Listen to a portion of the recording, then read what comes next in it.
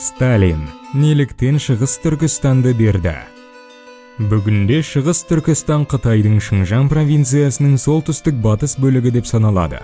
Бірақ бұл аймақтың географиясы мен климатының ерекшелігі сонша, бұл аймақ Қытайдан гөрі Орталық Азиямен әрқашан байланысты болды. Халқы Орталық Азияға жақын. Ал Қытай Халық Республикасының орталықтарына дейінгі қашықтық бұл аймақтарды басқаруда өте көп қиындықтар әкелген. Қалай болғанда да, Бейжің ұзақ уақыт бойы бұл провинцияны тек КСР территориясы арқылы басқара алды. 1940 жылдары Шыңжаң Қытайдың Чан Кайши үкіметіне номиналды түрде ғана бағынды. Алайда оның өз валютасы болды. Бір қызығы, оның тұрақтылығын КСР мемлекеттік банкі қамтамасыз етті. Сол кезеңдегі Қытай басшыларының көпшілігінің суреттері Қызыл армия кейпінде болды. Шэн Шицай 1933 жылы Түркістанды басқарды. Бұрынғы губернатор КСР-ға қашып кетті. Дәл КСР-ның көмегімен Шэн Шицай провинциядағы билігін нығайтты. Бұған жауап ретінде Кеңес одағы мен КСР-ға пайдалы бірқатар келісімдер жасады. Ол Чан Кайшекпен одақ туралы келісім жасады. Гаминдаңның Нанкин үкіметі оны 1944 жылы Түркістандағы қызметінен алып тастап, министр етіп тағайындады. Кейінірек ол да капиталымен Тайваньға көшеді. Осы республиканың 1944 жылғы тұңғыш президенті Алиханды 1946 жылы 28 шілдеде кеңестік арнайы қызмет ұрлап алып, жасырын түрде КСР-ға, Ташкент қаласына алып кетті. Өмірінің соңына дейін үйқамақта ұстады. 1949 жылы Сталин бұл аймақты Мао Цзэдунға сыйға тартты. Және Манчжурио, Қытай темір жолы, Ляодун түбегі мен Порт-Артур осы аймақтардағы зауыттар мен шахталарда кірді. КСР тарихынан бұл аумақтар ғана емес, сонымен бірге бұл аумақтарды басқару дәстүрлері Қызыл армияның армия бөлімдері де жойылды. Олар коммунистік партияға қажет емес және сызылған және жойылған. 1949 жылы 25 тамызда оның президенті Ахметжан Қасими бастаған Шығыс Түркістан Республикасының басшылығы Гүлжадан Бейжіңге ұшты. Ұшақ Алматы, Красноярск, Иркутск және Чита арқылы Қытай халықтық саяси консультативтік кеңесінің отырысында болу керек еді. Ұшу бағыты Қытай провинциялармен байланыс сол күндері қалай жүзеге асырылғанын көрсетеді. 27 тамызда бортында үкімет болған Il-12 ұшағының апатқа ұшырағаны белгілі болды. Әзірге олар ұшақтың құлаған жерін нақты атай алмайды. Кейбір дерек көздер апат Алматы маңында, басқалары Иркутсктен Читаға дейін Байкал көлінің шығыс жағалауында болғанын айтады. Бейресми болжам бойынша, Шығыс Түркістан Республикасының делегациясын Алматыда кеңестік мемлекеттік қауіпсіздік органдары тұтқындап, барлық делегаттарды өлтірді. Ал ұшақ апаты олар қайтыс болғаннан кейін жасалған.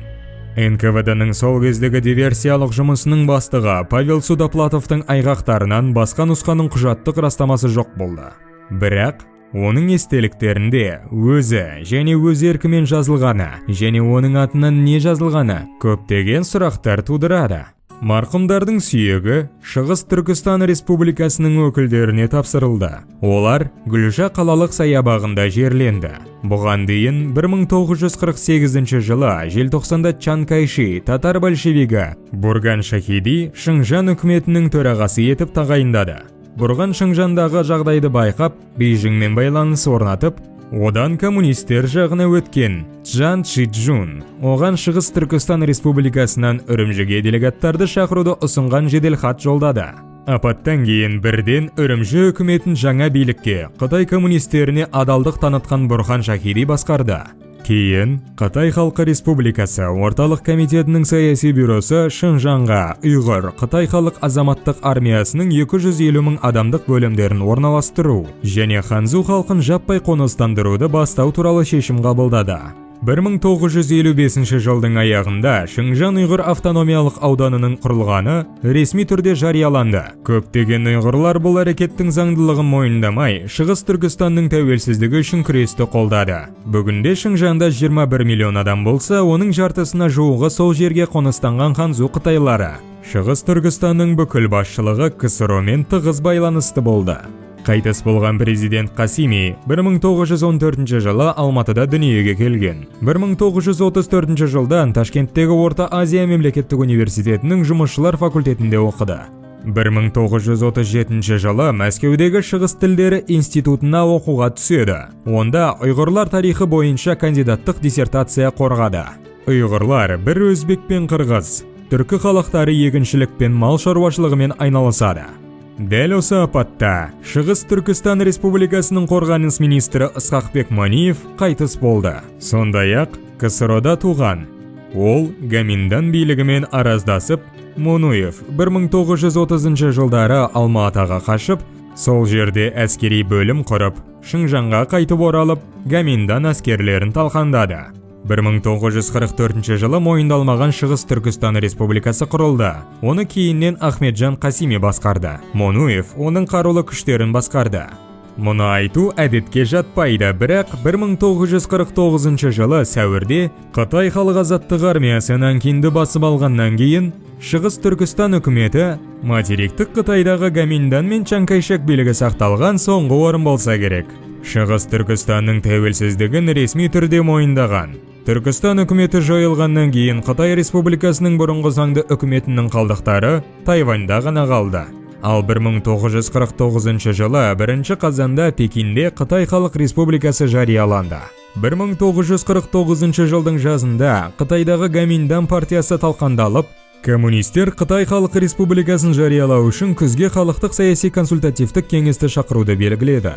Мао Цзэдун Шыңжанның 3 ауданындағы революцияны Қытай революциясының бір бөлігі деп атады. Пекинге Шығыс Түркістан Республикасынан делегаттар да шақырылды.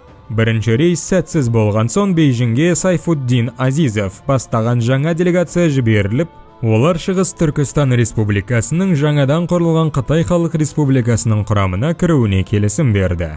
1949 жылы 19 қыркүйекте Бұрхан Шахиди Мао Цзэдунға жеке жедел хат жолдап, онда Шыңжаң халқының Гоминданмен қарым-қатынасын үзіп, Қытай коммунистік партиясына өтіп жатқанын айтады.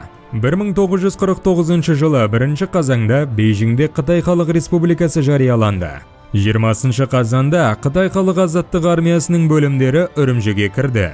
Бейжің Бұрхан Шахидидің Шыңжан үкіметінің басшысы ретінде өкілеттіктерін бекітті. Оған Сайфуддин Азизов Шығыс Түркістан Республикасының өкілі ретінде енді. Шығыс Түркістанның қарулы күштері 1950 жылы қаңтарда Қытай халық азаттық армиясының құрамына 5-ші корпус ретінде енді.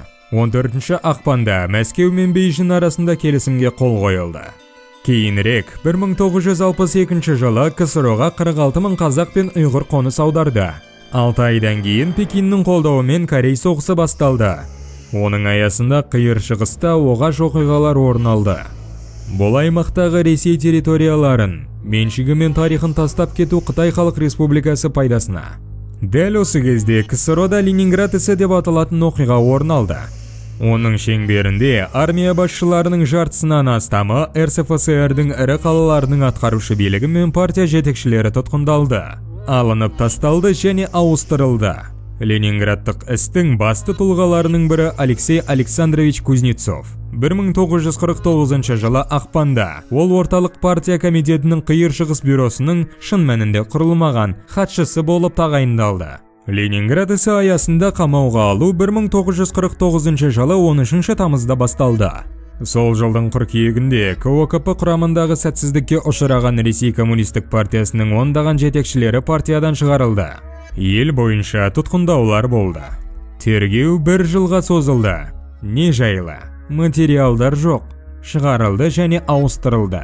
Ленинградтың, Ленинград облысының және жергілікті өнеркәсіптің барлық жетекшілері 1950 жылдың 30 қыркүйегіне қараған түні Ленинградтық істің қатысушылары ерекше жазалау шарасына кесілді. Үкім шығарылғаннан кейін 1 сағаттан кейін ол қолданысқа енгізілді. Үкім шығарылған баптарға сәйкес барлық айыптаушылар 5 жылдан кейін ақталды. Ленинградтық істің нақты себептері ешқашан жарияланбады.